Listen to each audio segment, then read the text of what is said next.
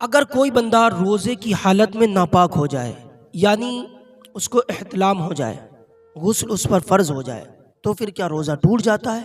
तो अब तवज्जो फरमाएं, इसमें दो सूरतें हैं। एक सूरत ये कि अगर आप सोए और आपको एहतलाम हो गया, तब आपका रोज़ा नहीं टूटेगा। दूसरी सूरत यह कि आपने अपने ऊपर गुस्ल फ़र्ज़ कर लिया, तब आपका रोज़ा टूट जाएगा। लेकिन अगर एक बार ऐसा हुआ तो आपका रोज़ा टूटेगा, एक रोज़ा कज़ा करना पड़ेगा। लेकिन आपने बार बार ऐसा किया तो फिर आपको रोज़ों का कफ़ारा भी अदा करना होगा। अब किसी को सोने की वजह से अगर एहतलाम हो जाता है तो फिर क्या कहा गया कि सोए ही ना, इससे अच्छा है। तो सुनो, जामे सगीर के अंदर ये रिवायत मौजूद है।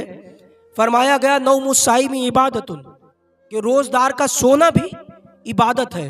तो अगर रोज़दार सो रहा है और उसको एहतलाम हो गया, नाइटफॉल हो गया, तो फिर उसका रोज़ा नहीं टूटेगा।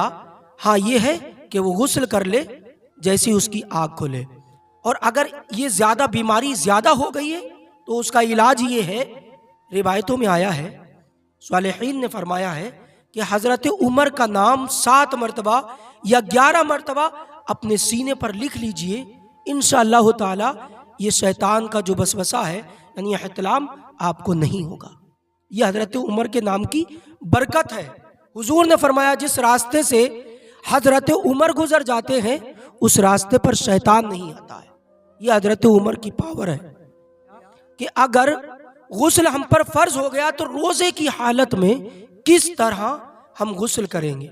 क्या आम दिनों की तरह गरारा करेंगे? क्या आम दिनों की तरह नाक की नर्म हड्डी तक पानी ले जाएंगे? तो सुनिए, रोज़े में एहतियात करना होगा आपको। ये अलग बात है कुल्ली अच्छे से करना है, लेकिन गरारा नहीं करना है, तो इसमें एहतियात रखना है। और दूसरा सवाल ये किया गया कि गुस्ल के अंदर 3 फ़र्ज़ हैं।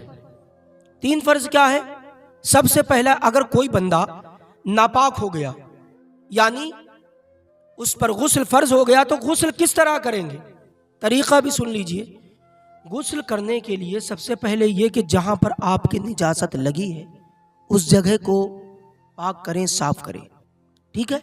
उसके बाद में आप जिस कपड़े में हैं, यानी तहमन या लुंगी में हैं, तो लुंगी को पाक करें। उसके बाद वही लुंगी बांध लें। बांधने के बाद में सबसे पहले आप 3 मरतबा अच्छी तरह कुल्ली करें। रमज़ान जब आप रोज़े से हों तब आप पर गरारा नहीं करना है, लेकिन अगर रोज़े के अलावा है और आप पर गुस्ल फ़र्ज़ है तो उस वक्त आपके लिए लाजिम है कि आप अच्छे से गरारा करें। मुंह के अंदर कोई भी जगह बाल के बराबर भी अगर बाकी रह गई तो फिर आपकी कुल्ली का ये फ़र्ज़ अदा नहीं होगा। 3 फ़र्ज़ है, ये पहला फ़र्ज़ अदा नहीं होगा। इसी तरह नाक में पानी अच्छे से चढ़ाएं नर्म हड्डी तक, जब आप रोज़े से ना हो। रोज़े में हो तो एहतियात करना पड़ेगा। अगर आपके नाक में कुछ लगा है तो उसको उंगली से साफ भी करेंगे। अब तीसरा फ़र्ज़ ये कि आप अपने पूरे बदन पर पानी बहाएंगे। इस तरह पानी बहाएंगे कि जिस्म का कोई भी हिस्सा खाली नहीं रहना चाहिए।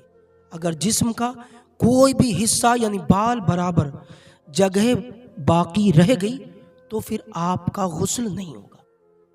कहते ना, एक सवाल भी है कि कोई एक बूंद पानी से क्या पाक हो सकता है, जबकि कम से कम 7 लोटे तो लगेंगे पाक होने के लिए।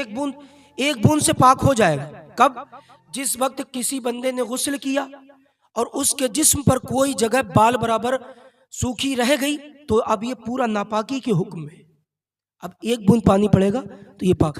अगर एक भी जगह बाल के बराबर सूखी रह गई तो आपका गुस्ल नहीं माना जाएगा, आपको दोबारा करने पड़ेगा।